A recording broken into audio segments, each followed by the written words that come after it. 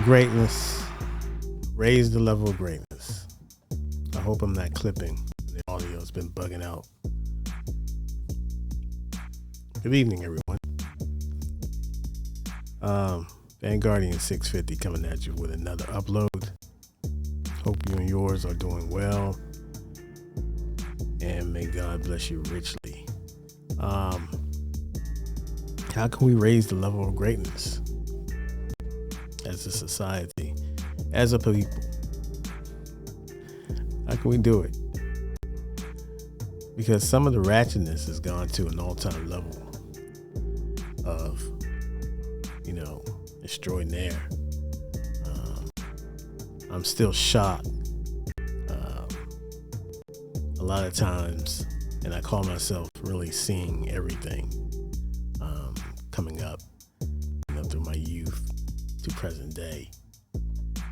But, I went through, obviously in the 90s, produced Lil' Kim, Foxy Brown, and their style and their fashion of what they bring to hip-hop, their music, their creativity, their fashion sense, their sexuality. They were fearless. And you had others, with raw lyrics, and they had lyrics too. And they were with Lil' Kim being with a Biggie artist under Junior Mafia, Foxy Brown being with Nas on the Firm, Foxy Brown also doing collaborations and really being around Jay-Z, getting some tutelage and mentorship. But so I say this to say this level of where we at now in the industry, in the genre, with the female rappers, the Cardi B's, the Nicki Minaj, you have Megan Thee Stallion, Rico's, what's her name? I forgot her name. She's from the DMV. Gosh, Rico Nasty. Her style,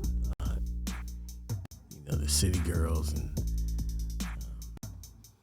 Glorilla, Ice Spice, Lotto. There's a lot of talent out there, and they're using their gifts to actually make an impact on the game, and they're using their marketing, and they're playing the game, the internet game, and and they're having tours, and they're dropping Lucy's here and there. Glorilla just dropped one, I believe, Cha Cha Cha, whatever. A lot of mixed reviews, but I heard a little bit of it, and I didn't think it was terrible, but it was interesting, how she flipped it in her own style, but with the Uchi Wally Wally and Cha Cha Cha, so hey man, I ain't gonna hate her because she's doing what she do, so and she's successful at it, so, and she has bars, she spits, so I can't hate on her, what I mean. Some of her songs are very catchy, and I get it. I get why she's so popular. Megan Thee Stallion as well, the whole situation with her and Tory Lanez and how that played itself out, whether you're Team Megan or Team Tory Lanez. It is what it is.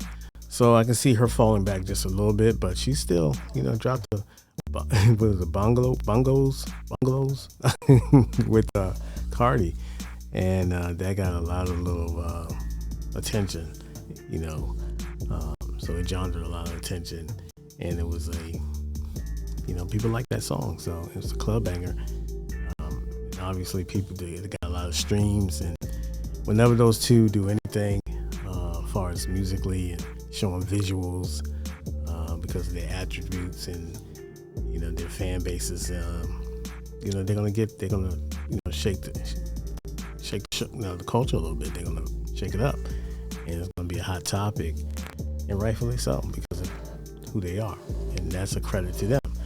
And so there's how you think about, how you feel about, their particular music. And if that's not your taste, then it is what it is. But they're gonna be pushed because they're machine driven, and not to take away, like I said, with their talents, but that's how the industry works. It's all about the bottom. The bottom line is the dollar. So it's the music business at the end of the day, and so you can take from that what you want, but that's the reality of it.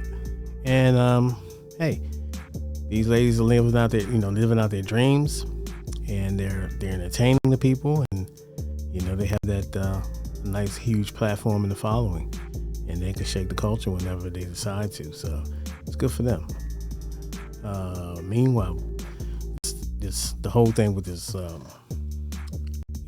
work towards greatness as an individual. So individually, everybody's level of greatness or barometer is different. So what you might think is, let's call it what it is. What I might think is ratchetness, some people might hail it as a uplifting, inspiring piece of art, as far as being artistic. And so I can't hate on that, you know what I'm saying? But I won't campaign against it. But topics that when it comes up, or it's in the feed, in the news feed, and it gets people attention. Perfect example with the Sexy Red, her her adult tape. I don't even want to use the S word, but her adult tape, intimate adult tape, that apparently was either leaked or dropped, purposely or non-purposely, and she holds to her story like she would never do anything like that.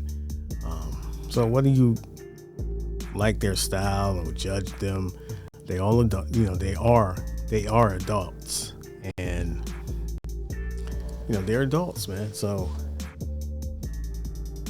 I can't judge on them. You know what I mean? Like I said, they got that following, and everybody becomes addicted to the camera and the shenanigans every now and then. So what you gonna do about it? You know what I'm saying? We can blog about it, we can talk about it, but at the end of the day, they're doing them, and I can't hate on that. But whether you want them to show more taste or responsibility because of kids and stuff like that, hey, they're adults, bro. And with the technology and cell phones out here, kids get access to a lot of things, just like I got access to adult magazines and stuff like that in my youth, so in my early teenage years. So it's even more prevalent now that they can, with a touch of a click or through your phone, you can get stuff right there.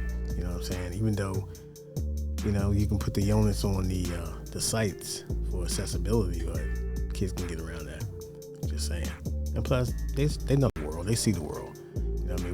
As much as we try to shield them from a lot of different activity around here, that we think that's not appropriate for kids.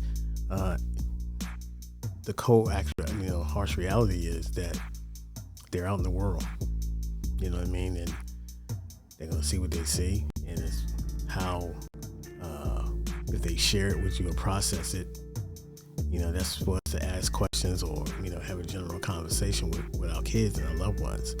But how kids are, man. They're protective. They want to be independent somewhat, but they feel they can handle it. But still, as a parent, you're still concerned, and there's nothing wrong with that. So those feelings on either side are natural. You know what I mean? So it's just a medium that you have to feel comfortable with, and make it, ask the hard questions. Ask the questions you really don't want to ask, but you really want to know. And those are what those moments are about. So take advantage of it. Don't be afraid. Don't be apprehensive about it. Just kind of, go with the flow. Be yourself and be patient, and listen. That's the key. So that's a part of excellence. Also, you have academic excellence. Be who you want to be, man. Go to the fullest. When you get into education, you have to have an education. I can't stress this any stronger. You have to have education. I can't even talk tonight. You have to have education in order to succeed in this particular, in this country, in this world. You have to have some type of culture, or whatever, however you do it. Whether you travel, whether you study people's culture, however you get education and you get informed about things, and that brings the world together. When people know about each other's culture and willing to be, show objectivity towards other people's culture, and not judge, but just take it and just kind of go for what it is, and listen to the people and share things, and about each other's backgrounds if you feel comfortable. That's what it's about, because that connects people. Whether you believe it or not, it connects people, and that's a beautiful thing at the end of the day. But as far as my people, Black people and African Americans, however nomenclature you want to call yourselves, Moors, Jews, Hebrews, whatever, it doesn't matter. I mean, I'm not taking it for granted, but just know thyself. Understand thyself. You know what I'm saying? Show your integrity. Stand on what you believe in. Be upright about it. And, stand on your principles. That's greatness. Be patient. You know what I mean? Stack your money. Stack some dollars. Put some dollars away. It's not about spending so much. It's about saving for emergencies and a rainy day, or whatever business or whatever you want to invest in. It's always about that. Save towards that goal. Always expand your income, your revenue streams if you can. Stock market. I keep preaching stock market, investments.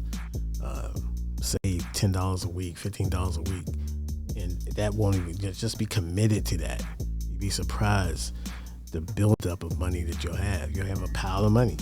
You just let it go. You know what I mean? Don't dip. Refrain from dipping in your savings unless you absolutely have to, and you will be surprised how much cash on hand you will have. You understand what I'm saying? So you have to have that. You know what I mean? So you have to have some cash. You have to have some type of access. So that's why I keep saying save some money. You might want to take a vacation. You might need to get out of town or whatever you got to do. You might want to just say, look, man, let me get away from it all. Let me take a vacation to Africa, Europe, Asia, Canada, North America, South America, what have you, China, Russia. But sometimes you just got to get away, man. So and just reflect and get that spiritual. And there's nothing wrong with that. That's where we are as a folk. We want to get away. We have a vision. We have a this horizon that we want to reach. This frontier mentally that we want to get to in our heads. Everybody have that. We want to be somebody. We want to get to a state in our lives where we're comfortable and we can see the world and experience different regions, mountain settings, and plains and rivers and oceans, man. You know what I mean? Worldwide. Let's touch the people. Let's touch the masses.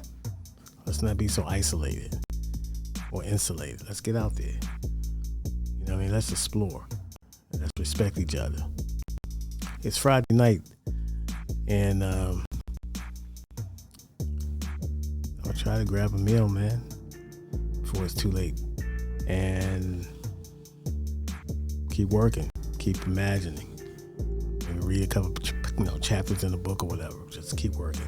Anyway, peace.